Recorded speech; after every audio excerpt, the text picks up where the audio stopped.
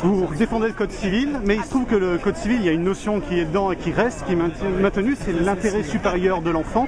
Et je voulais savoir, est-ce qu'il n'est pas en train de crier au loup finalement, en disant cet intérêt ne va pas être respecté par non, les parce juges, que tu par sais, la loi. on peut marquer un principe et puis le vider de son exécution. Voilà, on a perdu plein de gens. Oui, je disais non, on peut marquer intérêt supérieur en disant que l'intérêt supérieur, c'est qu'il soit aimé. Et que ça c'est tout à fait vrai, on ne remet pas du tout en question le fait que des homos puissent élever des enfants, c'est pas le souci du tout. Le souci c'est qu'il n'y a pas d'intérêt supérieur de l'enfant quand il ne peut plus avoir accès à ses origines. Le projet de loi efface la sexuation et la filiation. Et à partir de ce moment-là, un être humain n'aura plus accès à ses origines, notamment par le principe de l'adoption plénière qui va substituer une filiation artificielle à la filiation biologique. Un des parents va disparaître, ça sera du sperme anonyme ou bien la gestation pour autrui. En fait, quand on dit adopter, il n'y a pas d'enfants adoptés aujourd'hui, il faudra les fabriquer. Et c'est ça que nous véritablement que nous combattons, et même déjà dans l'adoption aujourd'hui, on adopterait des enfants par deux personnes de même sexe en transmettant la filiation biologique. Mais rien dans le projet de loi ne dit ce que vous dites là, c'est une conséquence que vous prévoyez. Mais non, cher ami. Quand on supprime les termes d'hommes et de femmes de tout le droit français, 122 suppressions. Et dans tous les codes des transports, oui, et d'hommes et de femmes, je vais vous dire exactement, il est très simple, l'article 144 qui institue le principe biologique et naturel de procréation par un homme et par une femme, c'est l'article 144 du Code civil qui stipule aujourd'hui que l'homme et la femme ne peuvent contracter mariage avant 18 ans révolus. Dans le projet de loi que nous avons là, mais enfin vu le nombre, je l'ai perdu, eh bien, et j'aimerais bien qu'on le perde définitivement, il sera rédigé ainsi, le mariage est contracté, ne peut être contracté avant 18 ans révolus. Écoutez, faire disparaître carrément l'être humain du Code civil, ça n'est pas possible pour nous. Et encore là même, je ne vous parle même pas d'hommes et de femmes, je vous dis que l'être humain a disparu. Le mariage ne peut être... Le mariage entre qui et qui? Mais dites-moi.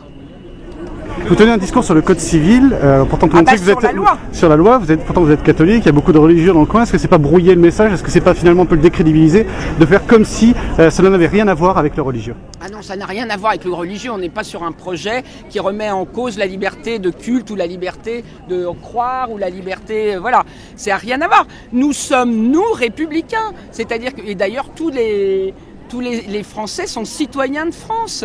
Et c'est en cela que, comme c'est un projet de loi qui remet en cause la structure du droit français civil, du droit de la famille, du droit de l'identité, de l'état civil, demain, imaginez qu'il y aura des actes de naissance d'enfants dans lesquels il sera écrit que l'enfant est engendré, né de Roger et Jean-Pierre. Mais comment pouvez-vous? Mon utérus crie non. Ça n'est pas possible. Et moi, citoyenne, j'ai le moyen, avec le peuple français, de refuser que la loi soit adoptée par une majorité qui n'a pas été élue pour ça. Et une dernière question. J'ai écouté très attentivement votre discours de tout à l'heure. Vous avez fait référence donc, plusieurs fois évidemment au couple homosexuel.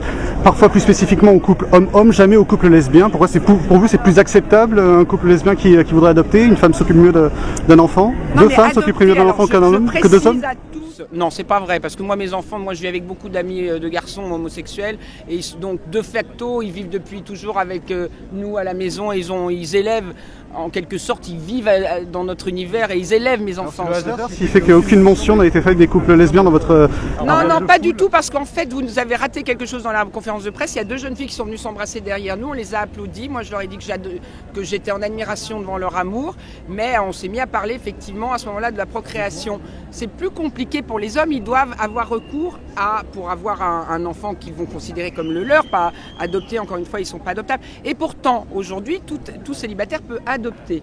Ça n'emporte pas transfert de parenté. Vous comprenez, ils sont comme des sortes de tuteurs, voilà, mais les parents sont traçables, on peut les retrouver. Donc aujourd'hui, des homosexuels vivent et sont décrétés parents adoptants simples de leurs enfants, de ces enfants. Maintenant, je vous disais ça parce que, en l'occurrence, comme il n'y aura pas assez d'enfants adoptés, il va falloir les fabriquer.